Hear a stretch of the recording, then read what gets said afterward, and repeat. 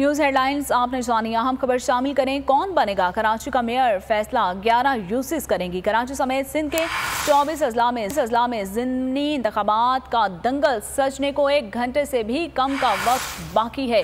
शहर कायद की UCs councils और 15 वार्ड्स की नशिस्तों पर वोट डाले जाएंगे। पोलिंग सुबह 8 से शाम 5 बजे तक जारी रहेगी। Peoples party, Jamaat Islami, PTI और दीगर सियासी जमातों के आज़ाद उम्मीदवार मैदान में उतरेंगे। जिला कोरंगी, वस्ती और गरबी की 3-3 यूसीज में मैदान सजेगा। किमाड़ी और जनूबी की 1-1 यूसी में ज़िमनी इंतखाबात होंगे।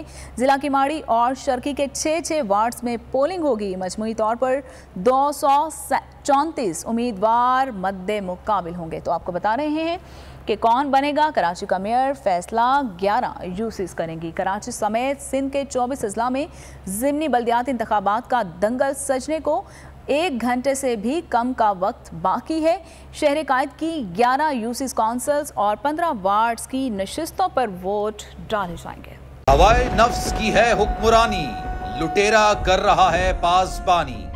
बोल न्यूज के मार्केटिंग हेड आकाश राम ताहा लापता, तफ्तीशी इदारे जवाब देने से कासिर। अहले खाना परेशान, बेटे की जुदाई में माँ गम से निढाल। जो बच्चों हिंदू पर आए थे जो को पाकिस्तानी, मुझे मेहरबानी करे पंहिंजो आकाश वापस कयो।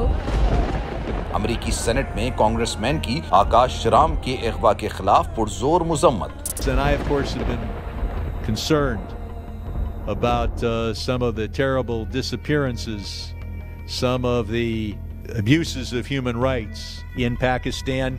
यूनाइटेड नेशन ने भी आकाश राम की बाजियाबी के लिए मौसर इकदामात उठाने का इंदिया दे दिया। आलमी सहाफती तंजीम और इंसानी हुकूक की आलमी तंजीमों की भी आकाश राम के अगवा की मुजम्मत। उफ क्या जुल्म है, बोल इंसाफ का मुंतजिर।